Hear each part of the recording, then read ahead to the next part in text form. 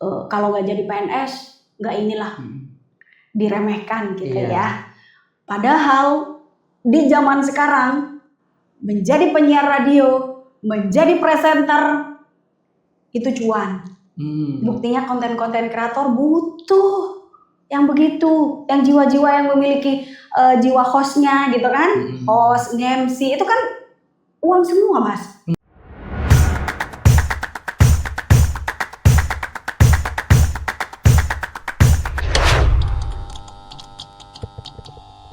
Halo Jometer, selamat datang kembali di podcast Inspirative Talk Jenitra Media. Ruang di mana kita belajar dari orang-orang yang menginspirasi dan menjadikan ceritanya sebagai pengalaman hidup di kehidupan kita masing-masing. Nah, teman-teman, pada kesempatan kali ini kalian akan ditemani oleh aku. Perkenalkan, aku Jamila Sauki yang siap menemanimu hingga di akhir episode. Nah, teman-teman, pada episode kali ini sangat luar biasa sekali. Tentunya pada episode kali ini kita akan mengulik lebih dalam lagi tentang hal-hal yang selaras dengan kita nih. Nah, tentunya dulu kalau orang-orang bercita-cita untuk masuk ke kaca televisi, namun pada zaman ini banyak sekali orang-orang yang berpindah kepada platform sosial media menggunakan device yang sangat sederhana, yang lebih sederhana daripada zaman sebelumnya, yaitu handphone. Nah, tentunya platform sudah berubah, teknologi sudah berubah juga, dan juga cara orang menikmati kontennya pun juga sudah berubah, teman-teman. Tapi pertanyaannya, apa sih yang sebenarnya tidak berubah pada zaman ini?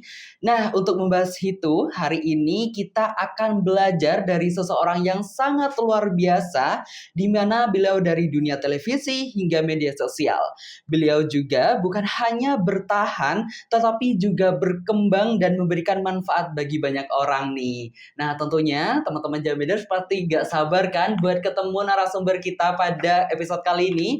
Langsung saja kita undang. Please welcome Kak Sulis. Halo. Halo. Apa kabar ini Kakak? Alhamdulillah baik. Alhamdulillah baik. Nah, pada episode kali ini kita akan berbincang-bincang dengan Kak Sulis nih teman-teman. Narasumber yang sangat luar biasa. Terima kasih banyak. Alhamdulillah. Yang berpindah haluan dari televisi dan sekarang aktif di media sosial ya Kak. Betul sekali. Nah, sebagai pertanyaan pembuka nih kepada Kak Sulis. Sekarang era sekarang di zaman sekarang itu kan banyak nih Kak, kayak platform buat kita ngedit, entah itu bahkan ya Kak pada zaman sekarang itu kita ada sebuah platform AI yang dimana itu gampang membuat video ya. Dan juga bisa dibilang ketika kita nge-up AI itu banyak yang tertarik dan juga poster-poster sekarang bahkan lebih banyak AI ya Kak. Nah, menurut Kak Sulis sendiri nih, kalau semua orang yang punya alat yang sama, punya device yang sama, sebenarnya apa sih yang membedakan dari seseorang yang mau berkembang dengan seseorang yang hanya stagnan dengan zaman tersebut, Kak? Gimana nih? Oke, kalau kita ngebahas masalah perkembangan era digital gitu ya, banyak orang dengan kecanggihan teknologi, meskipun alatnya mulai dari HP, kamera, punya clip on juga gitu. Untuk naskah kita juga bisa mengunduh lewat AI namanya begitu ya. Tapi apa sih yang membedakan seseorang itu dari segi komunikasinya? Itu personal branding, public speaking-nya itu yang bikin orang berbeda dengan yang lain. Meskipun alatnya sama, HP-nya sama, itu yang bikin berbeda. Jadi di sini saya akan membahas tentang public speaking dulu ya. Jadi orang di sini dalam tanda kutip bukan dari wajahnya, bukan dari segi fisik ya, warna kulit, kecantikan gitu ya, bukan. Tapi dari penyampaiannya, penyampaian komunikasi. Karena orang yang mampu menyampaikan komunikasi dengan baik kepada audiens itu pasti memiliki ciri khas. Itu tadi, itu yang membedakan. Jadi meskipun alatnya bisa dibilang sederhana nih, cuma pakai HP butut gitu ya, tapi kalau dia menyampaikan pesan-pesan dengan baik dan itu ngena, sama penonton itu pasti punya ciri khas sendiri. Itu yang membedakan. Luar biasa. Kayak gitu. Iya, itu berarti sangat membedakan ya meskipun pakai HP biasa. Betul Namun sekali. kalau dimanfaatkan dengan sempurna itu pasti akan sangat-sangat bermanfaat bagi orang-orang ya. Betul. Nah, kalau aku pribadi nih Kak Sulis, aku di lubuk pikiranku tuh punya pikiran, kenapa sih Kak Sulis itu memilih komunikasi daripada skill tekniknya nih Kak? Karena bisa dibilang kan sebenarnya zaman semakin canggih itu kan sangat berpengaruh ini. Iya. Nah, kenapa Kakak Sulis lebih memilih komunikasi daripada skill teknisnya sendiri nih? Iya, karena skill komunikasi itu sulit sekali untuk didapat ya. Kalau teknis kita bisa belajar otodidak nih ya. Kalau skill komunikasi sendiri itu belajarnya lebih berproses, lebih lama gitu ya. Jadi orang yang mampu menyampaikan komunikasi yang baik kepada audiens itu cenderung bisa menyampaikan ide dengan bagus, dengan baik. Kemudian dia juga cenderung bisa relevan gitu ya. Istilahnya nyambung aja. Mau ditaruh di konten apapun dia nyambung karena dia public speakingnya udah bagus, udah jago kayak gitu. Jadi skill komunikasi ini tidak mudah untuk didapat, tapi kalau kita mau belajar, mau beradaptasi, insya Allah gampang. Iya, betul. Berarti bisa dibilang skill komunikasi itu sangat penting ya di zaman sekarang ya. Betul, sangat penting. Meskipun masih didukung dengan skill teknis, devis, tapi kalau emang komunikasinya itu kurang itu pasti berbeda hasilnya gitu ya Kak Sulis. Rasanya beda. Iya, betul. Dan juga bisa dibilang vibe-nya penyampaiannya Ya, itu pasti betul. beda. Dan Betul juga sekali. audiens terkadang susah ya untuk menerka-nerkanya ya. Iya, betul sekali. Nah, aku juga punya keresahan nih Kak Sulis, melihat zaman sekarang yang dimana dengan perkembangan zaman sekarang ada juga yang bisa dibilang mempunyai skill bagus, tapi ketika zaman berubah malah beliau itu kayak aduh aku udah capek nih, ternyata zamannya sering berubah-ubah nih. Ya udahlah aku stagnan di sini aja. Nah, kira-kira dari pendapat Kak Sulis gimana ini? Berarti orang tersebut tidak mau berkembang ya. Jadi orang yang bisa mengikuti perkembangan zaman adalah orang yang mau belajar, mau beradaptasi, dan tentunya ingin bermanfaat untuk orang lain, untuk orang banyak. Jadi saya contohkan membuat konten nih ya, banyak banget konten kreator sekarang itu ya, seperti yang disampaikan Masnya tadi ya.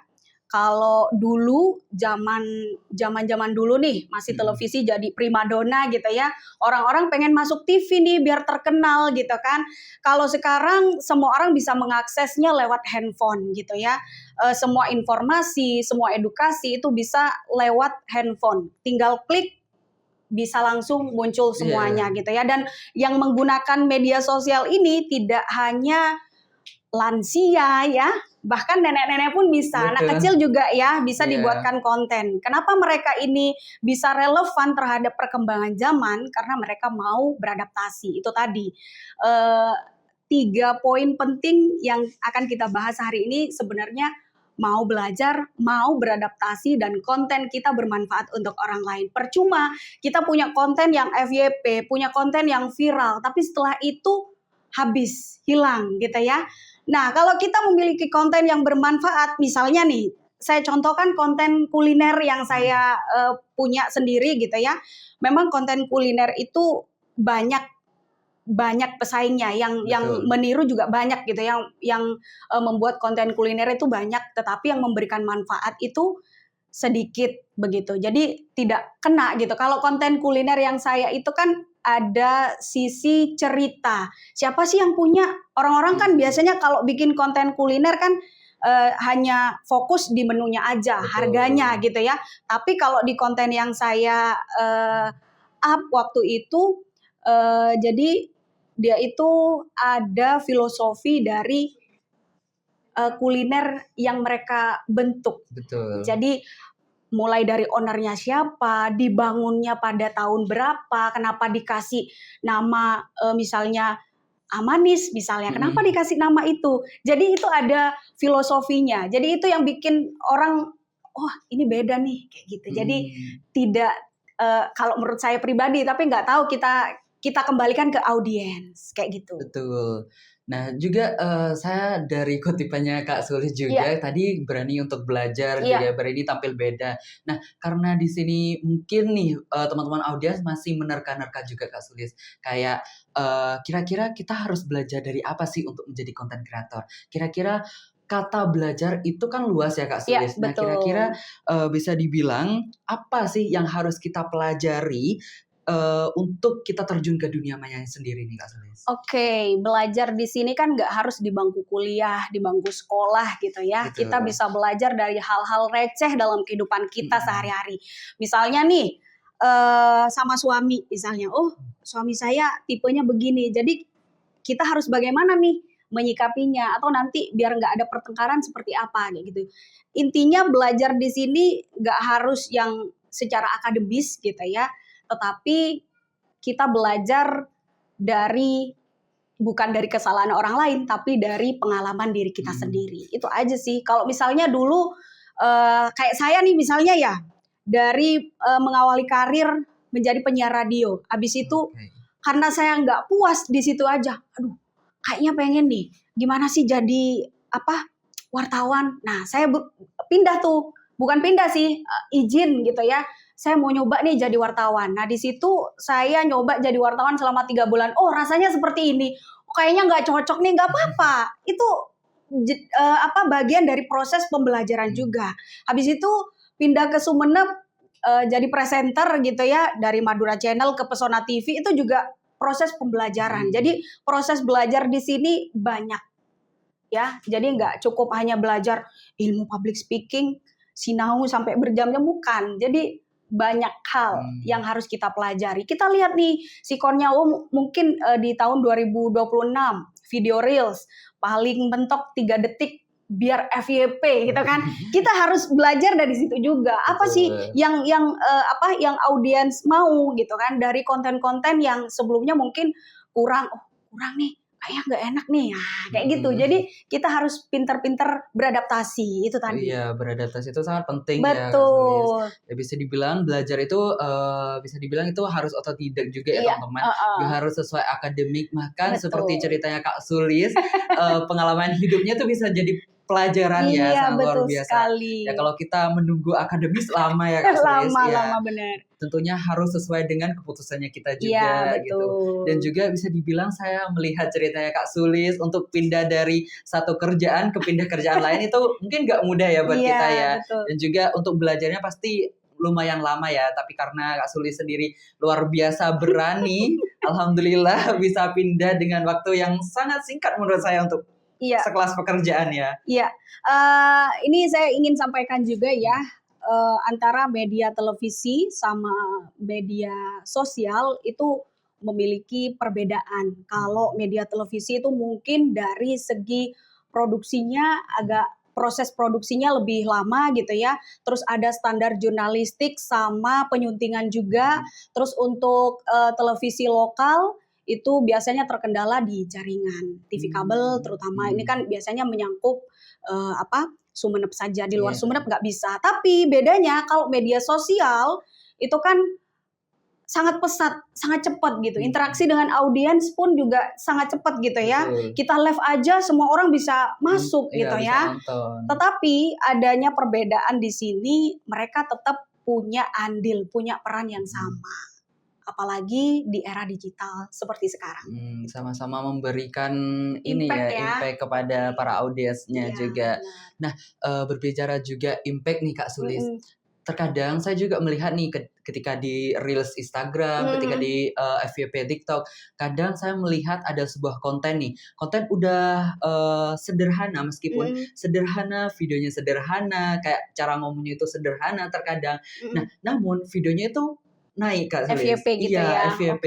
Nah, tapi terkadang juga saya ngelihat kayak teman-teman udah produksi nih, udah capek-capek produksi dengan kamera yang mahal, dengan kamera yang bagus, udah top nih. Nah, namun videonya cuma like-nya 3, bahkan mungkin viewersnya cuma ratusan, belum ribuan gitu Kak. Kalah dengan video sederhana. Nah, kira-kira itu kenapa nih Kak Sulis?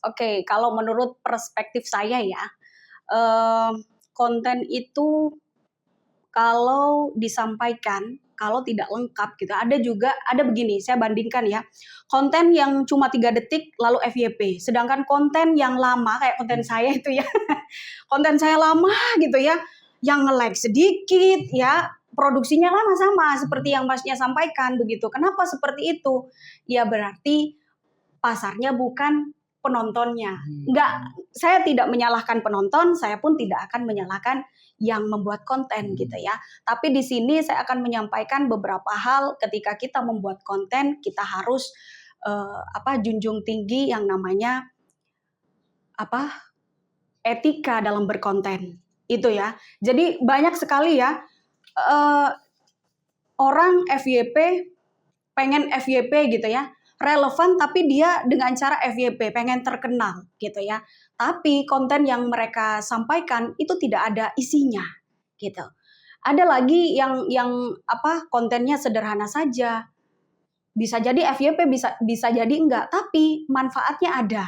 Enggak apa-apa kalau saya pribadi disuruh milih mending enggak FYP, yang penting konten saya bermanfaat untuk orang lain. Ya, itu poinnya itu ya. Karena saya banyak melihat konten-konten itu terutama di TikTok ya.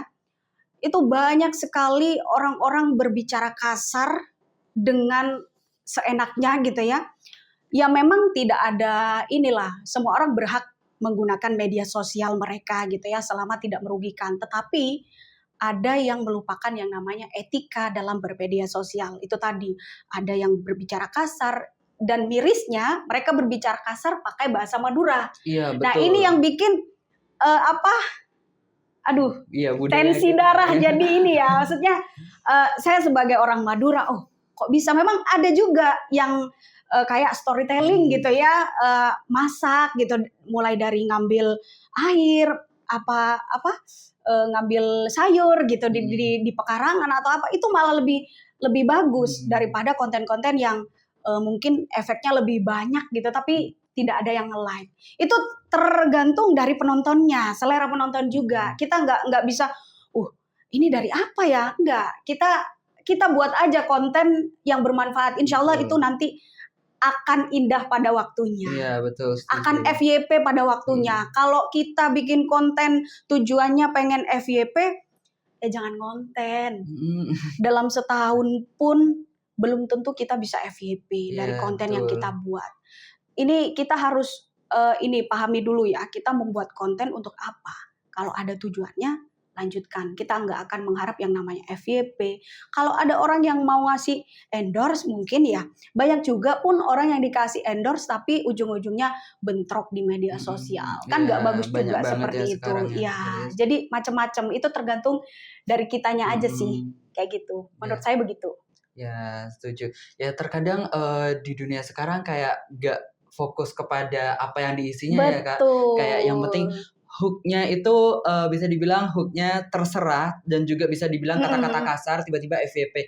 Menurut saya pribadi juga agak gimana ya, nontonnya gak nyaman gitu. Apa sih orang-orang kok bisa nonton ini dengan enak gitu, padahal dari diri kita gak enak didengar oleh telinga kita. Betul. Nah, kalau dari ceritanya Kak Sulis barusan, kalau dilihat dari POV-nya sebagai konten kreator ya, nah kira-kira ketika orang-orang itu berkonten, itu apakah menjual produknya atau menjual ceritanya nih Kak Sulis?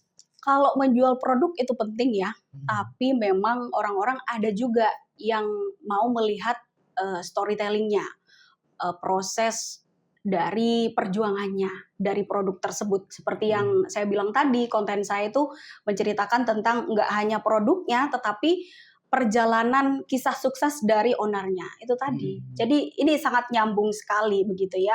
Jadi kita membuat konten itu terkadang lupa dengan hal itu. Padahal itu sangat-sangat sederhana tapi kadang terlupakan. Memang penting menjual produk gitu ya, tapi kita jangan lupakan juga yang namanya storytelling. Kadang orang butuh tayangan yang perjuangan Mbak Sulis nih misalnya, dari bukan apa-apa sekarang sudah inilah kayak gitu. Jadi kadang tayangan seperti itu memang membuat orang jadi terinspirasi. Oh, saya bisa nih meskipun pakai HP butut misalnya, nggak harus nunggu pakai iPhone dulu. Betul. Jadi kadang tayangan yang seperti itu yang membuat orang terinspirasi daripada tayangan tadi yang banyak efeknya. Iya. tetapi tidak ada isinya. Kadang kan ada konten yang cuma tayangan aja, nggak VO-nya nggak ada gitu kan, cuma tulisan doang. Kadang saya sebagai penonton yang males baca sih, yang males membaca gitu ya, kalau nggak ada suaranya, ya langsung di skip aja, langsung scroll kayak gitu. Jadi itu sih. Iya, bisa dibilang kita harus juga lihat dari POV Betul. audiensnya juga ya Kak Sulis, bahwasanya bisa dibilang kalau kontennya menurut kita nggak menarik, ngapain kita buat juga ya. Mending kita fokuskan gimana seenaknya audiens, bagaimana kayak seperti Kak Sulis katakan tadi, bahwasanya teman-teman ketika kita menerima sebuah produk, mereview sebuah produk, etikanya tentunya kita harus mengedepankan yang punya, bukan malah berkata-kata kasar gitu sebagai hooknya, itu tentunya tidak setuju ya, tidak sesuai dengan standar. Bahkan konten kreator tuh pasti punya standar sendiri ya Kak Sulis, punya ciri khas sendiri gitu. Benar. Nah, berbicara tentang ciri khas sendiri nih Kak Sulis, kebanyakan anak muda sekarang itu lebih fokus kayak ingin membuat sebuah konten, ingin menjadi konten kreator. Mungkin di Sumenep saja ya konten kreator tuh lumayan banyak ya Kak Sulis. Banyak banget. Persaingannya juga sebuah ketat nih Kak Sulis. Nah, kira-kira apakah semua orang itu bisa jadi konten kreator nih Kak Sulis? Kalau ditanya apakah semua orang bisa jadi konten kreator, bisa. Tapi tidak semuanya harus jadi konten kreator ya. Tapi untuk beberapa profesi seperti guru, ASN, sebaiknya mereka membuat konten yang mengedukasi, bukan pamer-pamer seragam, bukan. Yang kita lihat malah sebaliknya gitu kan. Ada yang pakai seragam ASN malah pamer beli skincare atau flexing lah istilahnya seperti itu ya. Jadi saya sih sebagai konten kreator di Sumenep keinginan saya konten kreator itu berilah konten yang mengedukasi. Entah itu tentang pendidikan, umum, UMKM dan lain sebagainya boleh. Karena orang sekarang di zaman sekarang tidak mau beriklan yang bermahal-mahal gitu ya. Lewat konten kreator pun kalau saya gratis Mas, nggak minta biaya. Saya nggak minta biaya karena niat saya ingin membantu para pengusaha UMKM di Sumenep. Itu tujuan utamanya. Iklan kalau kita bayar di televisi, di radio itu kan mahal. Tapi kan sekarang sudah beda eranya gitu kan. Semua orang lihatnya lewat HP. Jadi TV itu sudah bukan terabaikan sih. Kadang orang pengen lihat tayangan-tayangan infotainment gitu, pengennya yang full gitu kan. Itu lewat TV. Tapi untuk beriklan itu saya memang lebih tertarik ke media sosial. Itu tadi. Ya berarti ya seperti yang dikatakan Kak Sulis ya, harus sesuai dengan latar belakang. Betul. Ya. Meskipun ya bisa dibilang semua orang tuh bisa jadi konten kreator teman-teman, tapi gak semua orang bisa memilih apakah konten ini layak untuk di-up atau enggak, konten ini malah lebih baik di-down saja ya. Dan itu bisa membuat kontroversi ya bagi beberapa pihak. Nah, juga berbicara tentang konten kreator sendiri nih Kak Sulis. Sebelum Kak Sulis menjadi konten kreator, sebelum Kak Sulis terjun ke dunia sosial media, platform sosial media, nah kira-kira apa yang sebenarnya harus dari POV-nya Kak Sulis ya, apa yang sebenarnya harus dimiliki oleh setiap orang kalau ingin menjadi konten kreator nih Kak Sulis? Iya, kalau pengen jadi konten kreator itu yang jelas jangan pernah lelah untuk berproses, untuk belajar, untuk beradaptasi dan mau bermanfaat untuk orang lain. Karena konten itu akan fatal pada waktunya kalau konten itu dibuat hanya semata-mata pengen viral, pengen FYP. Itu. Jadi kita harus punya nih integritas. Integritas itu yang seperti apa sih? Ya, harus punya kejujuran gitu kan. Punya tanggung jawab, rendah diri, terus diimbangi dengan yang namanya konsisten membuat konten. Kalau kita ngomongin masalah orang pinter banyak Mas. Ya, tetapi yang punya integritas dan ciri khasnya yang memiliki nilai-nilai leluhur tadi, ya yang saya katakan tadi, itu susah. Jadi di era sekarang itu semua orang, mulai dari anak saya pun bisa jadi konten kreator. Ya, tapi itu tadi kalau tidak dibarengi dengan integritas yang tadi yang saya jelaskan percuma. Ya, dan konten itu juga akan konten itu imbasnya juga bahaya loh Mas. Hmm. Seperti tayangan-tayangan di YouTube, itu yang aduh ada salah satu tayangan yang anak saya kebetulan suka nih.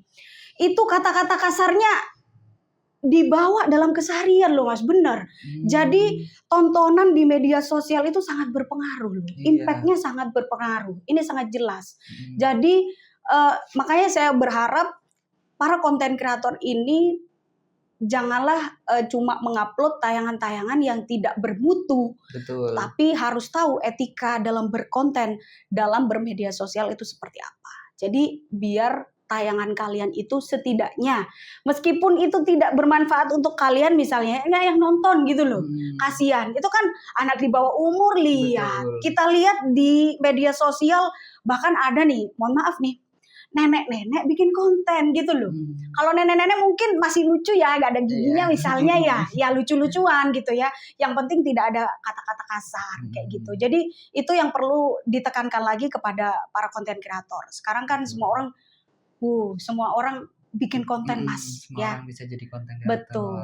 Bikin konten itu sangat mudah diakses juga. Semua orang sekarang bukan televisi yang layarnya berinci-inci ya. Dengan handphone di dalam kamar kita juga bisa lihat tayangan apapun sesuka kita. Iya.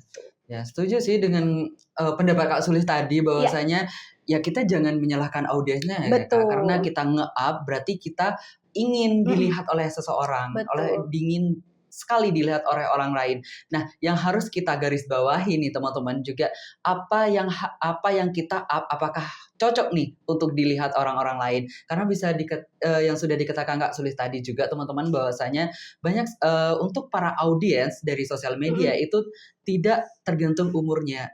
Anak-anak kecil bisa melihat, bahkan orang tua yang mungkin sudah sesepuh bisa lihat juga ya, bisa mengakses juga. Nah, sebelum kita ke pertanyaan selanjutnya nih Kak Sulis, boleh saya challenge sedikit mungkin ya? Boleh nih. Kalau saya challenge nih sebagai content creator yang sudah sukses sebagai Kak Sulis, jika Kak Sulis di challenge tidak ada followers, tidak ada subscribe, dan juga tidak ada relasi, tidak ada nama besar dari Kak Sulis sendiri, tinggal kemampuan dari Kak Sulis sendiri nih. Apa yang pertama kali kira-kira Kak Sulis bangun nih? Personal branding, itu pasti ya. Mengupgrade diri itu penting ya, apalagi di dunia sekarang kita sudah di era digital ya, balik lagi era digital. Jadi semua bisa diakses oleh semua orang lewat handphone. Kalau saya bisa kembali dengan tanpa pengetahuan gitu ya, cuma berskill komunikasi aja ya, itu tadi perbanyak pengalaman, ya itu tadi belajar lagi, beradaptasi lagi, sekiranya bermanfaat untuk orang lain itu. Karena bermula dari kegigihan ya, terus ada perjuangan dalam diri kita. Oh, saya pengen ini nih, saya pengen ada konten saya yang seperti ini, saya pengen dikenal orang dengan gaya saya yang seperti ini nih. Nah, itu tadi. Jadi kita jangan menyerah, jangan berputus asa karena orang yang mampu berkomunikasi dengan yang baik itu tidak hanya orang yang memiliki akademis yang bagus, atau bahkan dia yang punya jabatan tinggi ya, ada juga orang di pemerintahan bahkan anggota dewan yang public speakingnya nggak bagus, ada juga gitu ya. Itu tergantung dari kemauan kita. Kalau kita mau, semua pasti dikasih jalan. Betul, iya. Kalau ada kemauan tentunya pasti ada jalan ya. Betul. Tentunya buat teman-teman nih harus tentukan tujuannya terlebih dahulu ya Kak Sulis. Nah, berbicara tentang tujuan juga nih Kak Sulis. Terkadang kalau kita mau terjun ke sosial media ya Kak Sulis, saya percaya bahwasanya kalau kita ingin terjun ke dunia pelayanan, kita harus selesai sama dirinya kita sendiri terlebih dahulu. Nah, namun Kak Sulis juga ada beberapa dari teman saya sendiri nih, ketika mereka ingin terjun ke sosial media, ingin terjun ke dunia pelayanan seperti itu, nah mereka itu masih takut dijudge, takut kayak kira-kira kalau aku terjun ke sini gimana ya kata orang-orang ya gitu. Nah, dari pendapat Kak Sulis sendiri gimana nih sebagai content creator yang sukses sampai detik ini? Oke, saya tidak bisa menjudge seseorang ya. Saya nggak pernah menjudge seseorang juga. Itu tergantung dari penilaian kita masa bodoh aja sama penilaian orang. Kita nyari makan sendiri nih. Istilahnya kan begitu ya. Kita cari makan sendiri. Kalau kita bikin konten, kita yang bikin konsepnya sendiri. Jadi nggak usah nggak usah memikirkan pemikiran orang terhadap diri kita sendiri. Sama halnya menjadi penyiar radio. Ya, saya Mas dari kelas 2 SMA sudah jadi penyiar radio. Ya, saya Luar mengawali biasa. karir dari kelas 2 SMA itu dengan menjadi seorang penyiar radio yang pada waktu itu, pada zaman itu dipandang sebelah mata. Apalagi di Madura, ya. Jadi kalau bukan PNS, dia tidak dihargai gitu Iya, loh, Mas. betul. Apa sih cuman penyiar radio, padahal dia nggak tahu nih imbasnya, impact-nya kalau orang bisa berkomunikasi. Itu bisa membuka jalan rezeki yang lain loh. Kalau kita bisa memiliki komunikasi yang baik ya, ilmu komunikasi yang baik, kemudian public speaking tadi, apalagi personal branding kita kuat gitu ya, itu dengan gampangnya kita dapat job, Mas. Beneran. Jadi mulai dari penyiar radio, terus ke wartawan, terus presenter. Sekarang pun saya masih berkecimpung di dunia media sosial meskipun saya hanya sebagai ibu rumah tangga. Itu ya. Jadi jangan takut untuk dijudge orang lah, jangan. Rugi. Iya, betul. Ya, rugi, benar. Jadi kalau kita jalannya benar ngapain? Gak usah. Itu ya. Jadi banyak orang yang berpikiran kalau nggak jadi PNS, nggak inilah, diremehkan gitu ya. Padahal di zaman sekarang menjadi penyiar radio, menjadi presenter itu cuan. Buktinya konten-konten kreator butuh yang begitu, yang jiwa-jiwa yang memiliki jiwa hostnya gitu kan, host, nge-MC itu kan uang semua, Mas. Kalau kita uangkan gitu ya. Nah itu, jadi membuka jalan yang lain. Jadi jangan takut untuk berprogres, jangan takut untuk belajar. Mau orang menjudge kita seperti apa terserah ya. Yang penting kita tidak menyusahkan orang lain. Ya, setuju. Ya, berarti buat teman-teman yang pesan dari Kak Sulis sendiri nih, ya jangan takut untuk memulai ya Kak Sulis. Karena bisa dibilang kalau jalannya kita memang benar, pasti tidak ada yang menjudge gitu. Karena bisa dibilang apa yang harus kita judge kalau emang itu hal benar, tujuannya kalau emang benar nih, ya betul. Nah, sebagai penutup dari episode kali ini, mungkin Kak Sulis, di sini ada pertanyaan terakhir nih buat Kak Sulis. Jika banyak orang, yaitu pada hari ini mengejar agar dikenal banyak orang nih Kak Sulis, seperti konten kreator yang pada saat ini meskipun membuat konten yang penting entah itu konten apa, yang penting itu FYP. Nah, namun tapi menurut Kakak sendiri nih, lebih penting dikenal atau bernilai sebagai konten kreator? Kalau saya lebih baik bernilai ya. Karena orang yang punya nilai pasti dia akan dikenal terus sama orang lain. Beda kalau kita terkenal tapi gak ada manfaat sama orang lain. Oh, itu yang FYP kemarin ya, gak ada nilainya juga. Oh ini Mbak Sulis yang itu ya. Oh ini kayaknya suaranya misalnya loh. Oh itu kayaknya jagung MC ya. Oh bisa nih nanti diundang. Beda. Jadi orang yang punya nilai itu pasti akan selalu diingat, Mas.